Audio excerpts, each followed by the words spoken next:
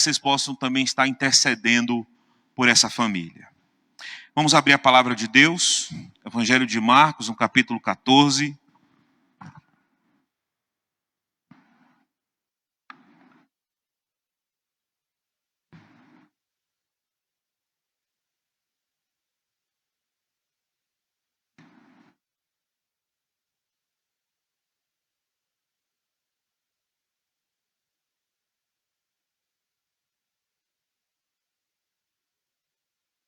Nós iremos acompanhar a leitura, irmãos, a partir do verso 32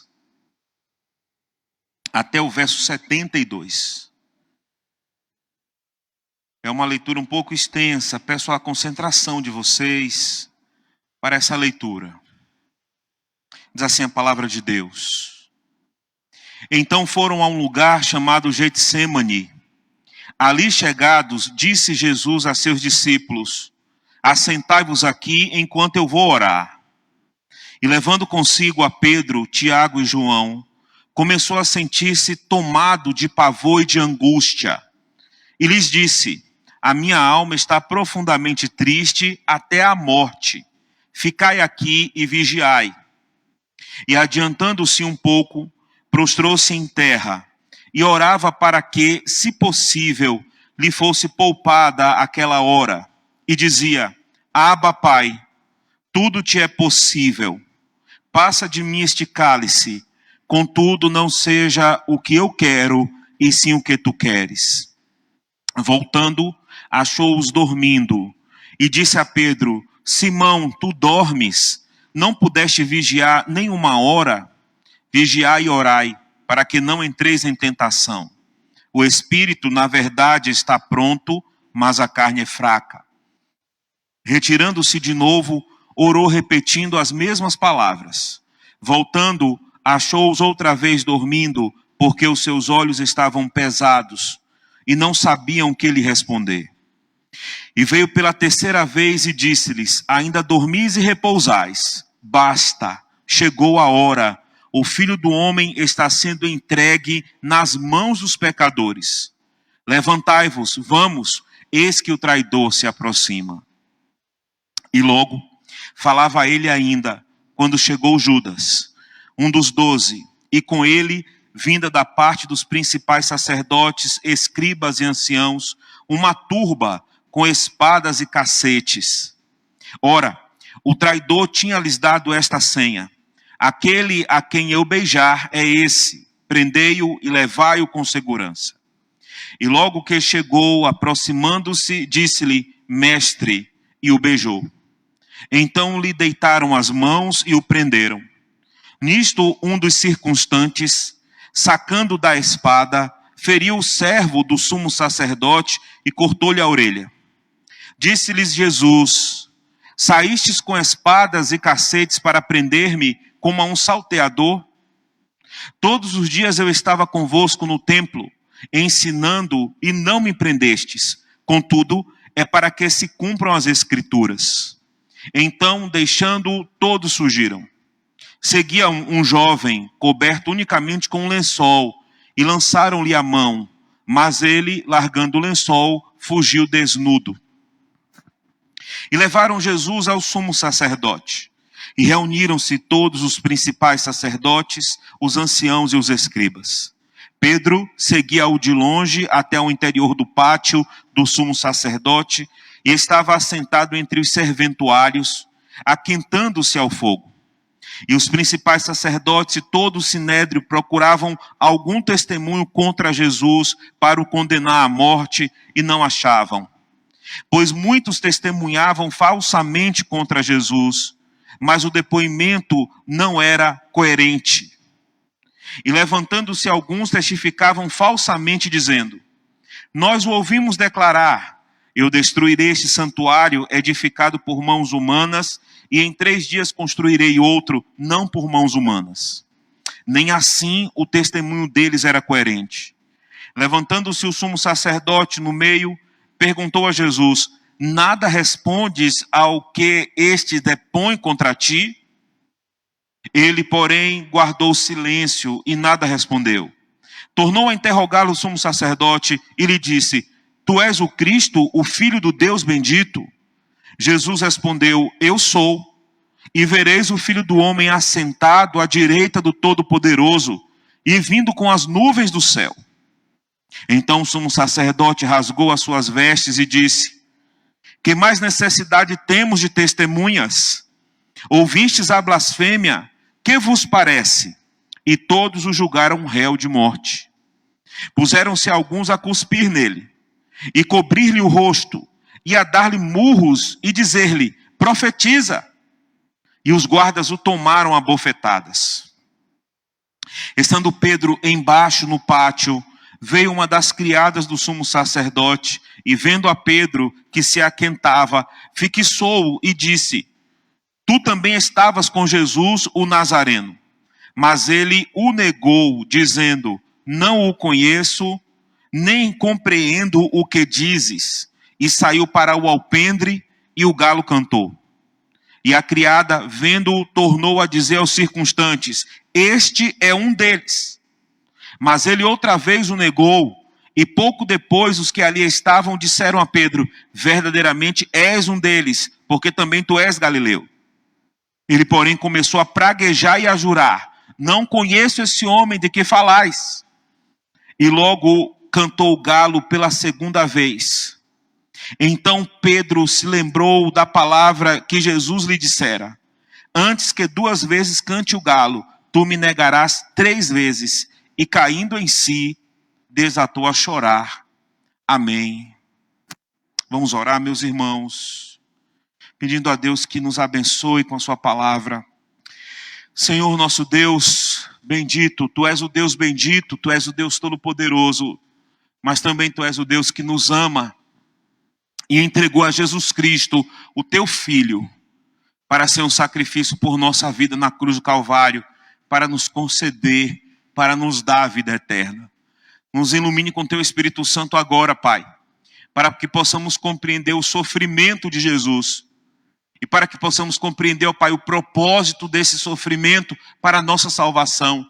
E que assim, Deus querido, o Senhor nos conduza mais uma vez à pessoa bendita do teu Filho, em nome de quem nós oramos. Amém.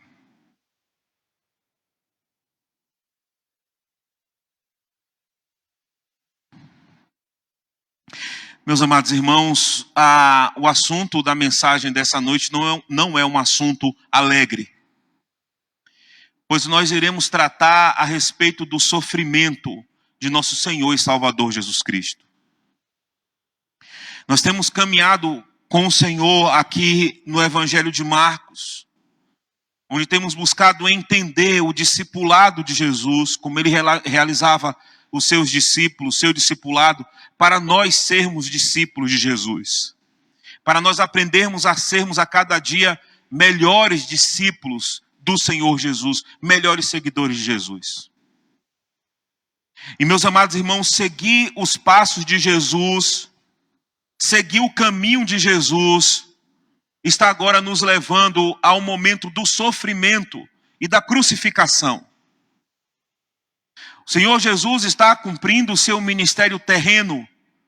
E agora, meus amados irmãos, o propósito da sua vinda, do seu nascimento, começa a ficar cada vez mais próximo. O Senhor veio para entregar-se na cruz do Calvário. O seu sofrimento e a sua humilhação, a sua paixão, agora ficam de forma ainda mais pesadas por tudo aquilo que o Senhor vai passar. Nós até compreendemos quando nós falamos para as pessoas que ele virá uma segunda vez a esse mundo. E as pessoas dizem, por que ele virá uma segunda vez a esse mundo? Na primeira vez que ele veio, ele foi rejeitado. Na primeira vez que ele veio, ele foi humilhado. Na primeira vez que ele veio, ele foi crucificado. Por que viria o Senhor? Por que viria Jesus mais uma vez a esse mundo aqui? E se de fato, irmãos, nós não compreendermos o motivo do sofrimento do Senhor, se nós não compreendermos os propósitos do sofrimento do Senhor, não fará para nós sentido, nem a sua primeira vinda, nem a sua segunda vinda.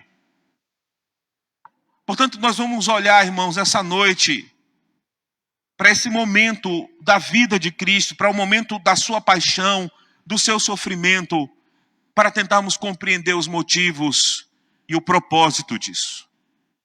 Em primeiro lugar, o sofrimento do Senhor aconteceu conforme a vontade de Deus. Nós olharmos aí para o versículo 36 e dizia: Abba, Pai, tudo te é possível, passa de mim este cálice, contudo, não seja o que eu quero, e sim o que tu queres. Na oração do Senhor, o Senhor está reconhecendo o seguinte: Pai, tudo é possível para o Senhor. O Senhor tem poder para realizar a salvação do teu povo da forma que o Senhor desejar fazer. Contudo, eu peço ao Senhor, passe de mim esse cálice. Passar de mim esse cálice, irmão, significa o seguinte: Senhor, me livre desse sofrimento. Me livre dessa dor. Me livre dessa humilhação. Irmãos, o sofrimento a que Jesus está se submetendo aqui é um sofrimento real. O seu coração está abalado com isso. Não foi uma coisa simples. Foi um homem aqui, um homem que nos representa. Um homem que agora está trazendo sobre os seus ombros o peso do nosso pecado. Um homem que agora está tendo que cumprir a tarefa mais difícil.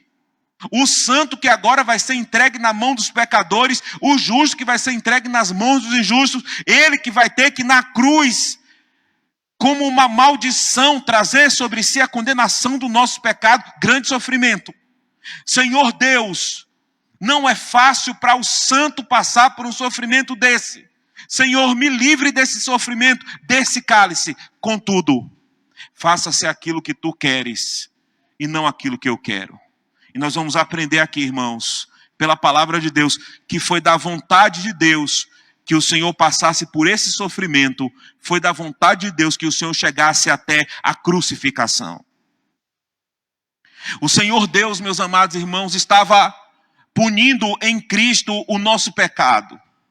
O Senhor estava determinando a Cristo a nossa morte. Era da vontade de Deus que o seu Filho Santo pudesse ser um sacrifício perfeito por nós na cruz do Calvário. O sofrimento, então, que Cristo passou, não dependeu, irmãos, dos pecadores, não foi uma determinação dos pecadores, mas foi uma determinação de Deus, foi o propósito de Deus, foi a vontade de Deus que o seu Filho enfrentasse aquele sofrimento. O sofrimento de Jesus, meus amados irmãos, ele se manifesta de várias formas. Nos versículos 44 e 45, nós vamos ver que ele foi traído. Um dos 12, um dos que eram os seus seguidores mais próximos, Judas Iscariotes, o traiu. Se aproximou dele, chamou de mestre, o beijou e na verdade ele estava traindo a Jesus. Ele que é a testemunha fiel, está sendo traído por uma das pessoas que comeu o pão do milagre, que viu a manifestação de curas. Está sendo traído por esse que era um dos que andava próximo dele. Meus amados irmãos, quem já enfrentou a dor de uma traição, de uma pessoa próxima, pode talvez imaginar o sofrimento de Jesus por ser traído ainda com um beijo. No seu sofrimento, irmãos, faz parte ele ter sido preso. Nos versos 48 e 49, o Senhor diz aos homens que foram prendê-lo: vocês saíram a me prender como se eu fosse um salteador. Vocês saíram a me prender como se eu fosse um salteador. Jesus, irmãos, foi preso como um malfeitor. Jesus foi preso como um ladrão. Jesus foi preso como um salteador. Jesus olha para ele e fala: vocês estão prendendo a mim? Todos os dias eu estava no templo ensinando a palavra de Deus. Tudo que eu fiz para vocês foi ensinar a palavra de Deus, foi trazer o evangelho para vocês, e agora vocês me prendem como se eu fosse um salteador. O sofrimento de Jesus, meus amados irmãos, também tem a ver com abandono. Capítulo 14, verso 50, então deixando todos, fugiram. Não foi só Pedro que prometeu que não ia deixar o Senhor, Todos haviam prometido que não iriam deixar o Senhor sozinho. Naquele momento em que ele foi preso, todos fugiram, todos o abandonaram. Ele ficou sozinho para enfrentar aquela prisão. Onde estava a multidão que o seguia? Onde estava a multidão que dizia hosana ao Filho de Deus? Onde estava a multidão que recebeu tantas curas? Onde estava a multidão que recebeu tantas bênçãos? Agora ele está sendo abandonado, deixado sozinho. Seu sofrimento, irmãos, ele vai ser acusado por falsas testemunhas. No versículo 56, pois muitos testemunhavam falsamente contra Jesus, mas os depoimentos não eram coerentes. Seu sofrimento está em ser acusado de uma forma mentirosa, em ser acusado de uma forma falsa, em criar, irmãos, coisas que Jesus não fez. Num julgamento agora, ele será condenado por mentiras, por falsidade, por injustiça. Não havia crime nele. Não havia o que dizer a respeito dele. Ele está sendo condenado. Imagine você saber que você não cometeu crime algum e você é levado para um tribunal e você agora será condenado porque muita gente está falando mentira de você. O Senhor Jesus passou por isso. Mais do que isso, irmãos, o Senhor Jesus foi odiado. Versículo 55. Os principais sacerdotes e todo o sinédrio procuravam algum testemunho contra Jesus para o condenar à morte e não achavam. Os sacerdotes odiavam ao Senhor. Ele era alvo de ódio. Eles queriam matar Jesus. Irmãos, os sacerdotes eram aqueles que eram para reconhecê-lo como Salvador. Os sacerdotes deveriam representá-lo. Os sacerdotes deveriam abraçá-lo e dizer: Senhor, tu és o sumo, o grande sacerdote. Durante esse tempo, enquanto o Senhor não veio, nós tentamos fazer o que o Senhor faz. O sacerdote, ele fala com Deus a respeito do povo. E ele fala com o povo a respeito de Deus. Os sacerdotes têm a missão de servir como intermediários entre Deus e o povo. Todo o sacerdócio que havia era apenas um apontar para Cristo, que é aquele que nos liga para Deus. Mas esses sacerdotes, ao invés de amá-lo, ao invés de reconhecê-lo, que enfim Deus agora estabeleceu Ele mesmo a ligação, eles odeiam a Jesus e querem matar Jesus. Era para ele ser amado por esses homens. Eles estão odiando ao Senhor. Mas, no seu sofrimento, irmãos, ele foi acusado de blasfêmia. Versículo 64. Ouvistes a blasfêmia, que vos parece? E todos o julgaram réu de morte. O Senhor Jesus, então, que foi obediente a Deus, e foi obediente até a morte e morte de cruz. O Senhor Jesus que é Deus conosco, o Senhor Jesus que se fez carne, é Deus que se fez carne e esteve entre nós. Agora ele está sendo acusado de ser um blasfemo. Olha, irmãos, o tamanho da incredulidade dessas pessoas. Olha o tamanho da incredulidade, olha o tamanho da nossa incredulidade. Em um outro momento eles disseram: esse Jesus fala pelo poder de Satanás. E agora eles dizem: ele comete blasfêmia contra Deus. E tudo isso, irmão, sabe por quê? Porque eles eram invejosos. Esse ódio que tinham de Cristo, essa acusação de blasfêmia, é porque eles tinham inveja do Senhor. O sofrimento de Jesus, irmão, se realiza onde ele é condenado. Quando no versículo 64, e todos o julgaram réu de morte. Todos, os principais sacerdotes, os escribas, os anciãos do povo, esses que formavam o sinédrio, esses que formavam a corte de julgamento, todos olharam para o Senhor, o julgaram e o condenaram à morte. Os injustos julgando o justo, mais ainda. O sofrimento do Senhor consistiu em tremendas humilhações. No versículo 65 nós lemos: puseram-se alguns a cuspir nele, a cobrir-lhe o rosto e a dar-lhes murro dizendo: profetiza. E os guardas o tomaram a bofetadas. Meus amados irmãos, devemos tentar, não é, transportar o nosso coração para essa cena, transportar o nosso coração para essa imagem, o nosso Senhor Jesus, o Salvador, sendo agora cuspido, humilhado. O Senhor Jesus, irmãos, foi espancado. Os guardas tomaram ao Senhor Jesus por bofetadas. Ele foi espancado.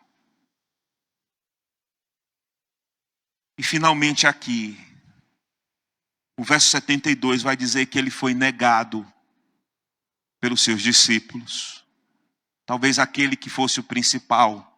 Quando no verso 72 diz, e logo cantou o galo pela segunda vez. Então Pedro se lembrou da palavra de Jesus que lhe dissera, antes que 2 vezes cante o galo, tu me negarás 3 vezes. E caindo em si, desatou a chorar. Finalmente, o Senhor foi negado até pelos seus discípulos. Pedro disse, eu não o conheço. Não o conheço. Você o conhece sim, Pedro. Por que você está negando? Eu não o conheço. Você conhece? Você estava na igreja com ele. Você lia a Bíblia com ele. Agora que tem um momento de pressão e de perigo, você nega. Você está sendo infiel ao Senhor. Você está negando ao Senhor. Passou tantos anos do lado dele. Mas agora, na hora do vamos ver, você nega Jesus. Você não conhece ele. Jesus agora é negado, irmãos, por aquele que disse, que prometeu que não negaria, que não estaria.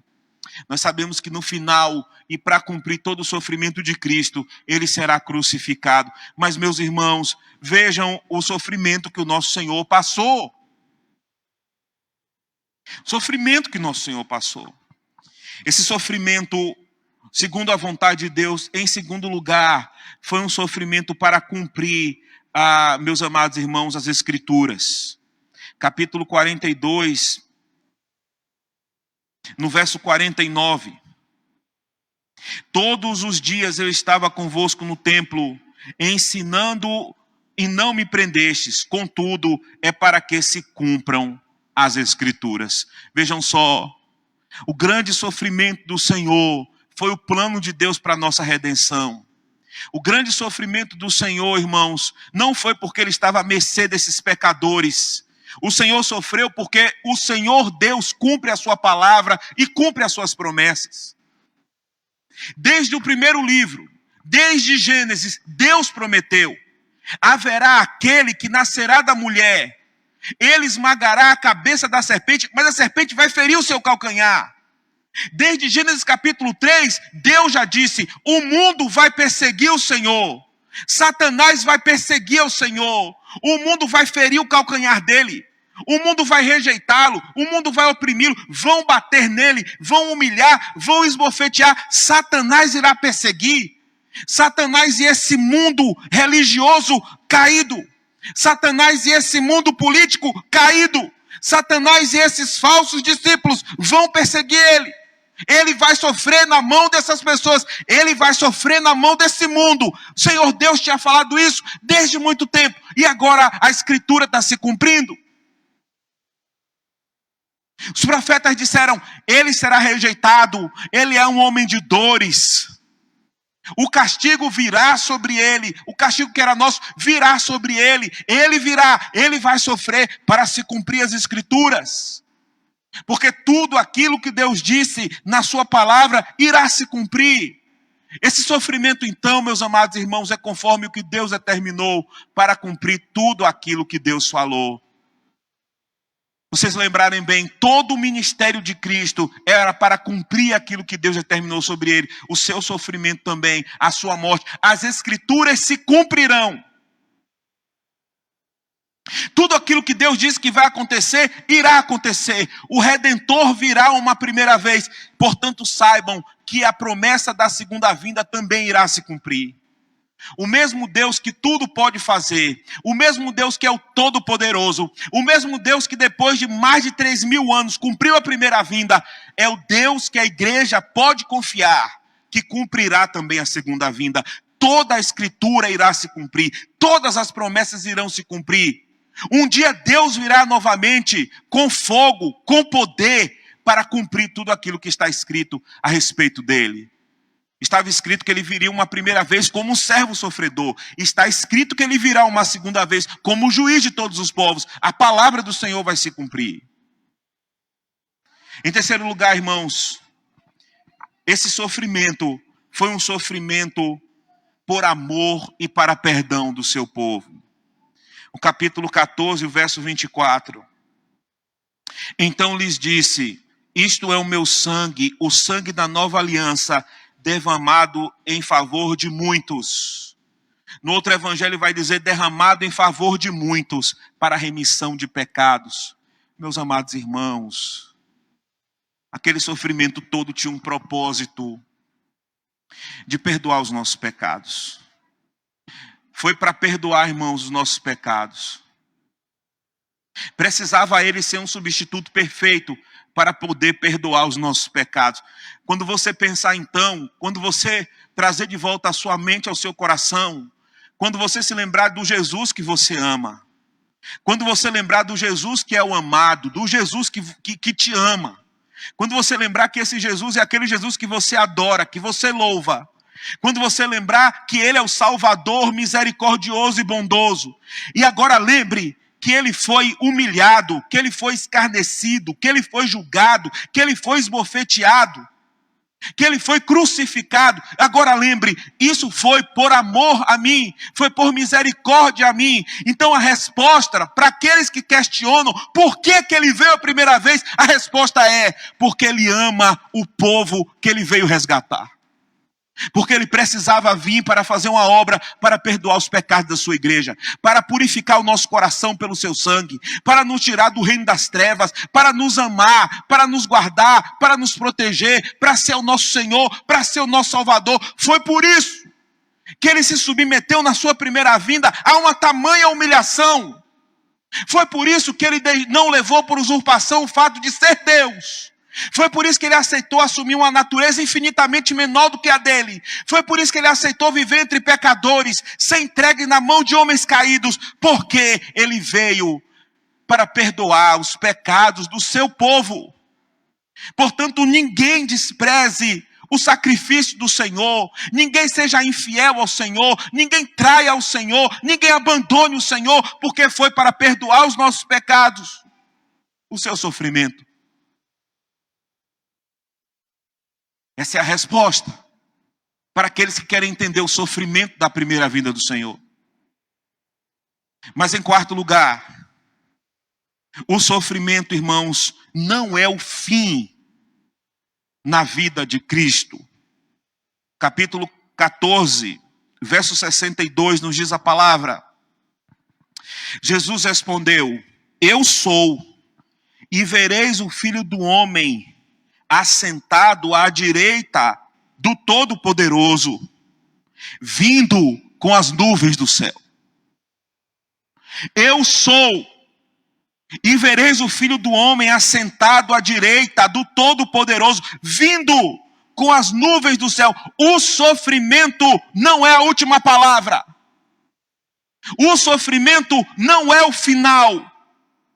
Jesus olha para o sumo sacerdote incrédulo e disse: eu sou o Filho de Deus. Você verá-me sentado à direita do Todo-Poderoso. Saiba que o sofrimento e a morte não é o final. Eu virei uma segunda vez com as nuvens. O sofrimento não é o final na vida do Senhor. Ele venceu o sofrimento, ele venceu a morte, ele ressuscitou ao terceiro dia e ele virá uma segunda vez. E ele virá com as nuvens. Duas coisas vir com as nuvens significa. Primeiro, a nuvem é sinal de glória no Antigo Testamento. O sacerdote entendeu muito bem o que ele estava falando. Ele se lembrou de Êxodo capítulo 13, quando a nuvem cobriu o monte e a glória, os raios e os relâmpagos do Senhor se manifestavam.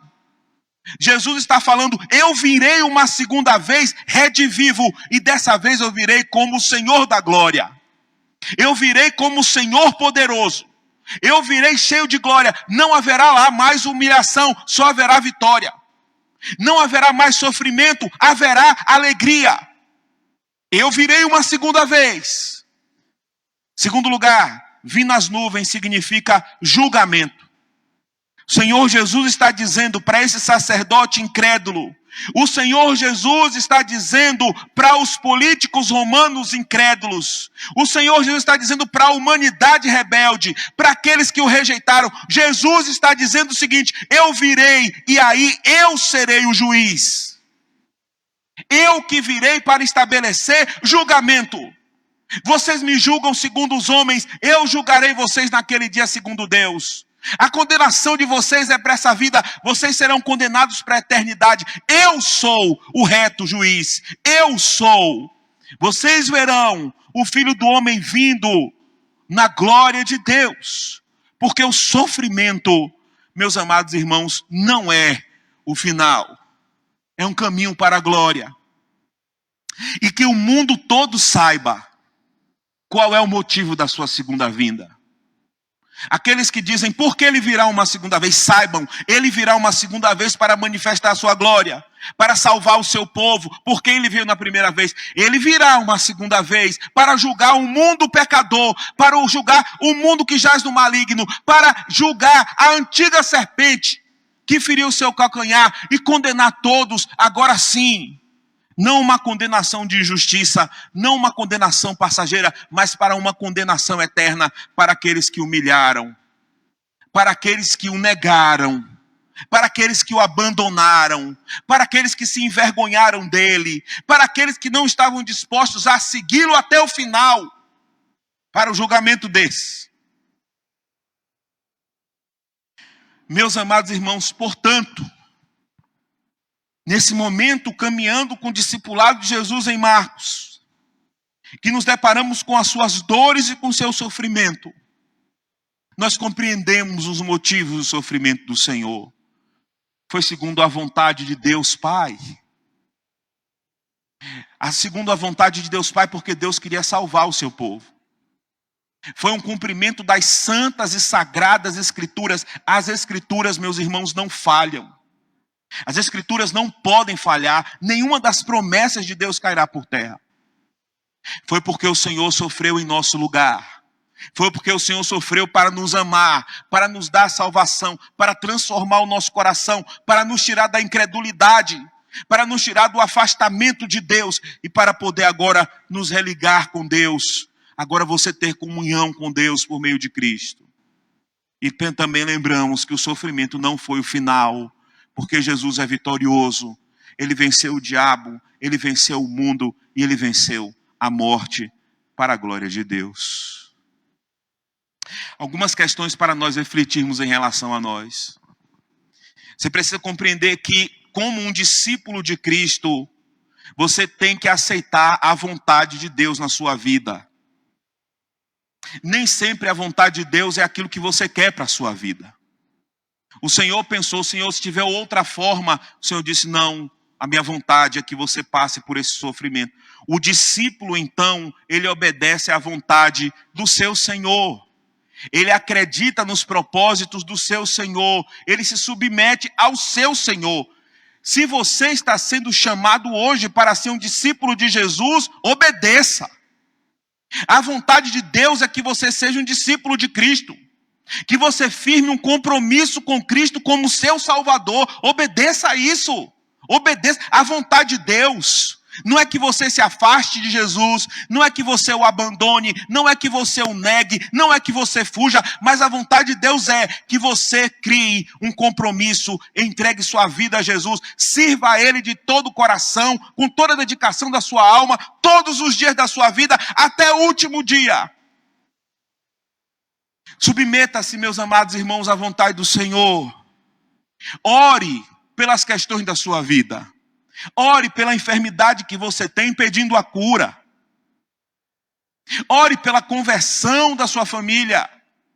Ore por sua questão de trabalho. Ore por sua questão material. Mas antes de qualquer coisa, diga, Senhor, faça-se a tua vontade. E peça a Deus que você compreenda a vontade dele na sua palavra. E como discípulo, siga a vontade de Deus. Ainda que você ache que na sua vida não está acontecendo tudo como você queria, siga a vontade de Deus. Ela é melhor. Segundo lugar, assim como tudo na vida de Cristo foi para cumprir a palavra, deseje que a palavra de Deus seja cumprida na sua vida. Deseje que você pratique a palavra de Deus que você conhece. Não adianta conhecer apenas a palavra de Deus e não praticar. Não adianta, irmãos, vir na igreja por muitos anos, mas na hora de praticar, fugir. Ou na hora de praticar, dizer, eu não conheço ele, e negá-lo. Se você conhece a palavra, que é a vontade de Deus para a sua vida, se comprometa, pratique a palavra, realize a palavra de Deus na sua vida, tal como foi na vida do Senhor. Leia a palavra com amor, com atenção, com dedicação. Diga, Senhor Deus, me dê o teu Espírito Santo para que me ilumine quando eu for ler a Bíblia e me ensine a tua vontade que está na Bíblia e incline o meu coração a fazer a tua vontade. Não quero viver conforme a mim mesmo, quero viver conforme a tua vontade. Cumpra-se em mim, Senhor, a tua palavra.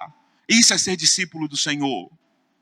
Tenha esse desejo de viver a palavra, de praticar a palavra, que a palavra se cumpra na sua vida. Terceiro,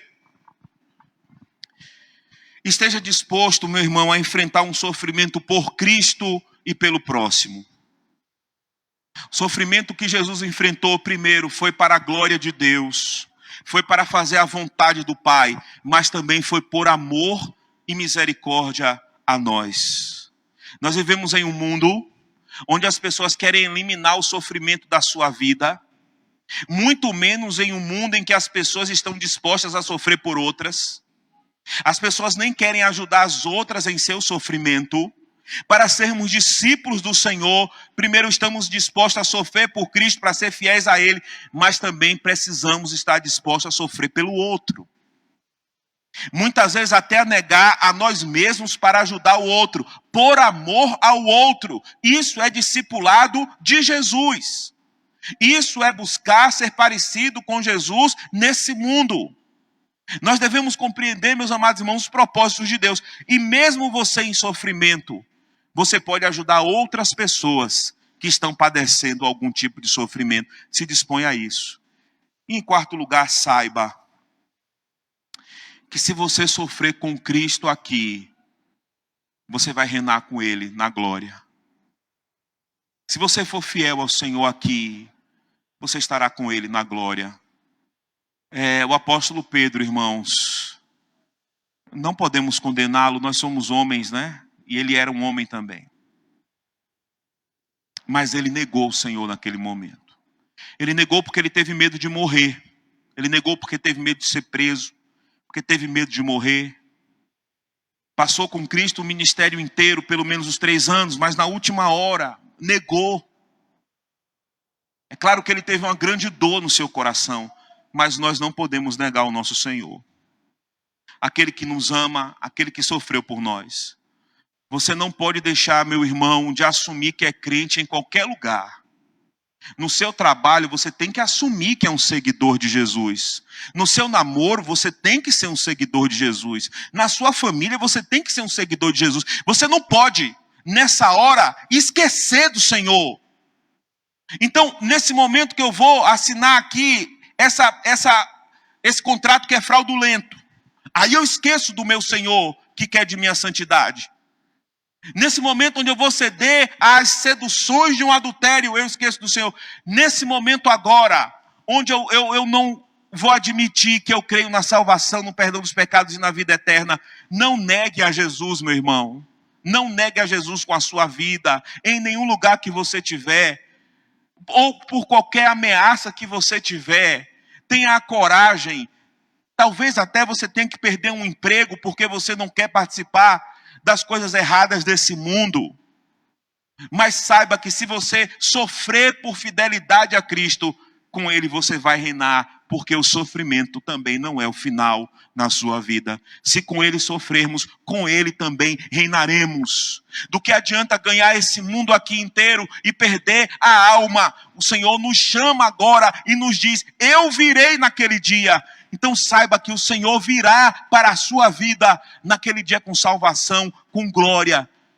Porque o que o Senhor nos chama é para a glória eterna. Portanto, não negue ao Senhor em nenhuma circunstância da sua vida. Que Deus, irmãos, nos abençoe. Possamos louvar o Senhor pelo sofrimento redentivo de Cristo. Que possamos, como seus discípulos, enfrentar qualquer sofrimento conforme a vontade de Deus. Que Ele nos abençoe.